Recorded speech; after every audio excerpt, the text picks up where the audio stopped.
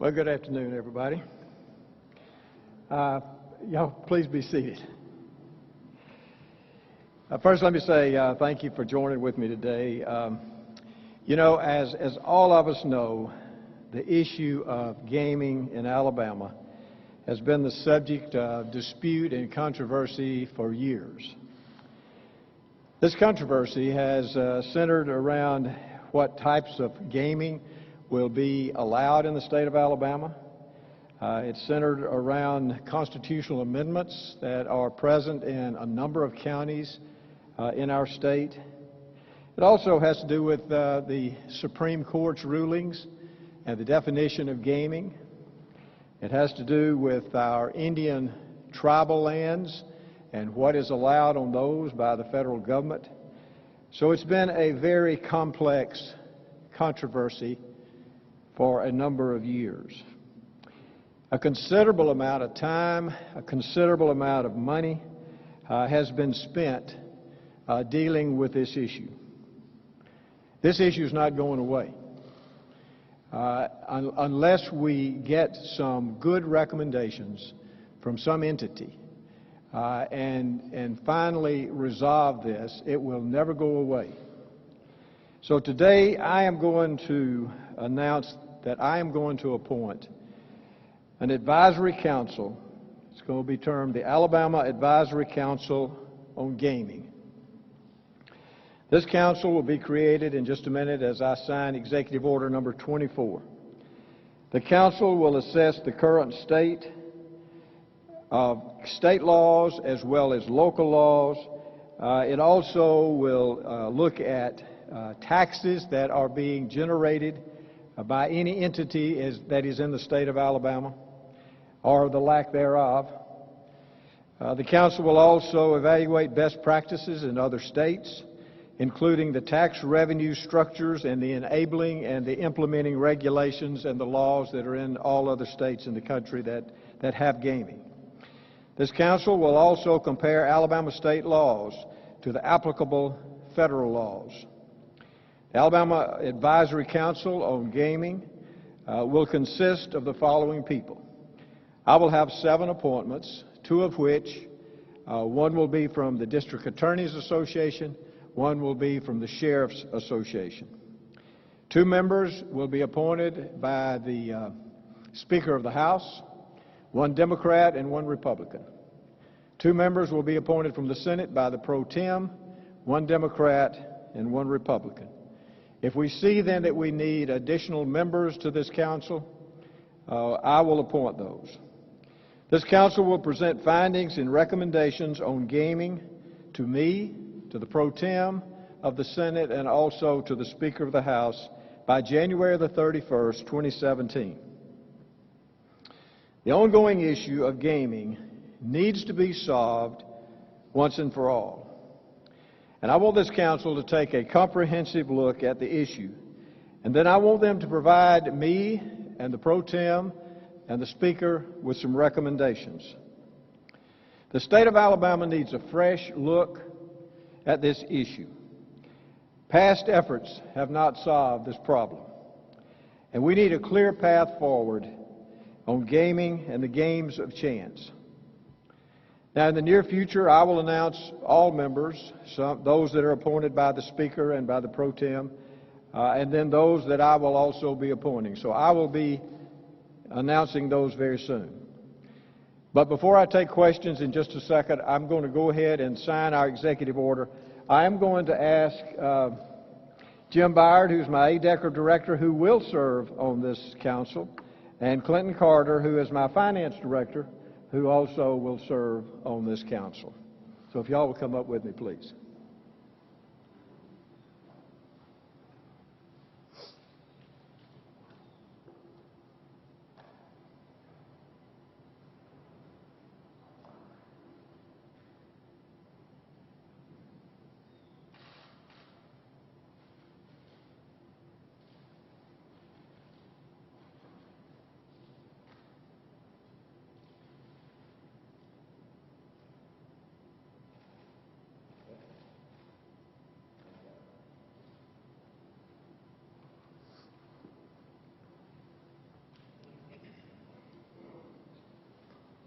Now we'll open it up for questions.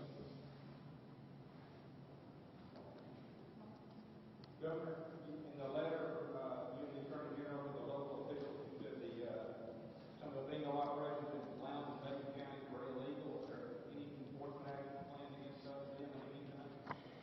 Let me say that the request that I made and the Attorney General made to all counties across the state that had a constitutional amendment dealing with gaming, we have gotten responses, particularly from Macon County and Greene County, from the sheriffs, as well as also the district attorneys. We have gotten other responses from people around the state, which includes Ashley Rich from Mobile County. We've gotten responses from Brandon Falls in Jefferson, Richard Miner in St. Clair, Greg Griggers in Greene, Brian Jones in Limestone, and Mike Hill in Jefferson County. So we've gotten good response on that, and my Executive Order 13 is still in place. That I believe that local laws should be evaluated by the sheriff and should be enforced by the district attorney. And my Executive Order 13 still stands. We have gotten, and I want to thank those who have responded. They responded, and I actually sat down and talked with Paul Jones from Macon County, the district attorney. He came over and met with me. So I want to thank them for responding. But here again, I believe that law enforcement should be done on a local level. A good example of that happened this weekend. There were 80 machines in Jefferson County that were seized without fanfare because they were deemed to be illegal. And they were deemed to be illegal by the local sheriff or the sheriff's department. That's the way things should work, and that's what we expect to take place.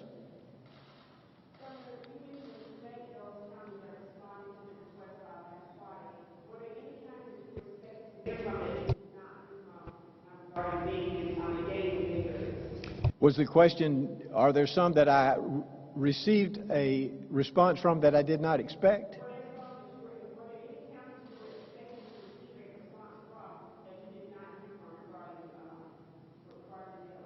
I'm sorry, cameras were going off and I cannot, you're going to have to speak a little bit louder.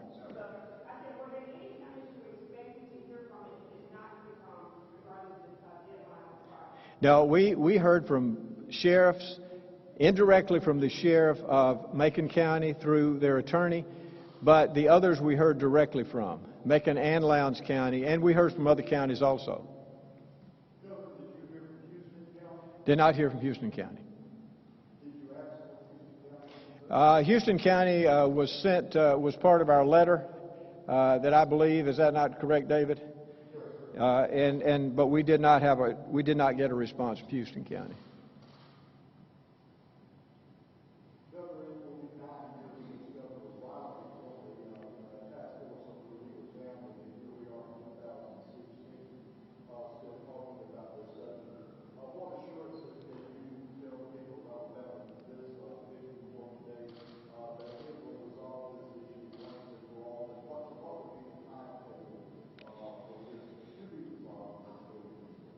I want the recommendations to be some concrete recommendations from this council. I don't want it to be just a study group.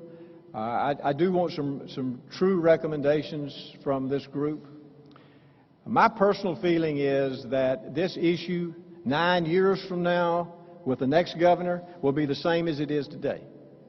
And I do not believe that this issue will ever be solved in the state of Alabama unless one thing occurs, and that is to allow the people of this state to be a part of that solution. Now, I don't know what the recommendations of this committee will be, but I do believe that the people of Alabama have the right to be a part of this solution. Now, what does that mean? That means that there has to be something put before the people of this state so that they can vote on it. And I don't believe it's ever going to be resolved unless the people are part of that solution. It would have to go through the legislature. But here again, it will not be resolved unless we let the people be a part of it. Do you believe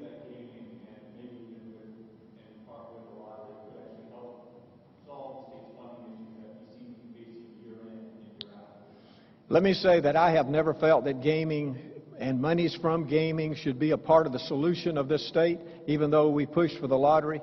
But we really were not pushing for the lottery, we were pushing for Medicaid.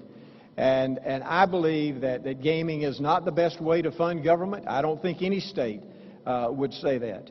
But what I'm saying is we have a problem in this state that's been ongoing now for years, and it will never be solved unless we come up with some recommendations, and I believe allow the people to be a part of this process. So what could this task force or this council, I guess, mean for those places like Macon County and others that may be going through this process already that either have some people, whether it's legal or not? Well, I think that we'll wait and see what the council says. We'll wait and see what recommendations they have, and we will move from there. We will go from there.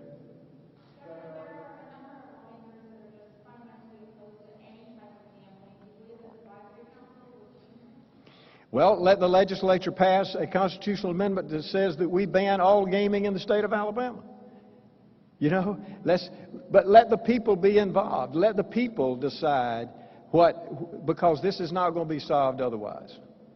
Governor, are you prepared for one of the possible recommendations from this council to be entering into a compact for a free trial? It may be. I don't know. I really don't know what the recommendations will be. But we will just wait and see, and we will look at those and go from there. So how do you as a government try to convince lawmakers who so far seem to not be willing to bring this to a vote for people, whether it's gaming or lottery? How do you help spur that conversation along to making sure it does get to a vote for people?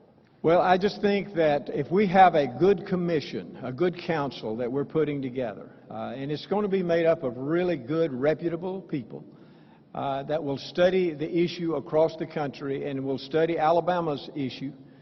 And then if they come with some reasonable recommendations, I think that's what we've just got to present that, they will to me, and then present it to the legislature.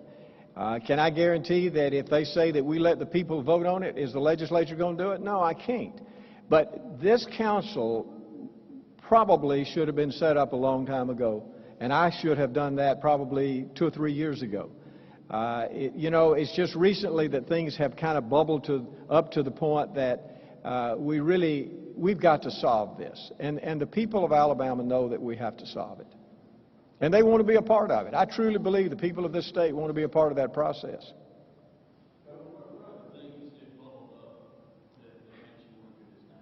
Well, I'm not saying that the opening in Macon County was necessarily the reason, but that was part of it, yes. And also, we just need some clarification over how are we going to enforce the laws.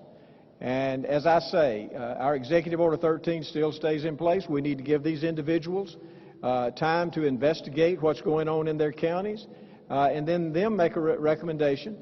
They have prosecutorial conduct that, I mean, they can make decisions themselves, and we expect them to do that. Did you talk to the Attorney General about this and be on board with this idea of the advisory? I did not talk to him to tell him that I was going to do this. We informed him that we were going to.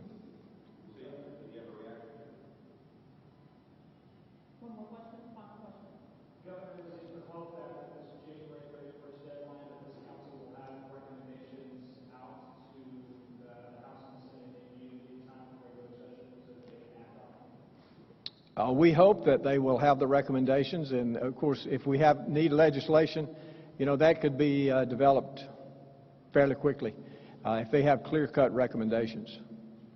Thank you, guys. Thank you all.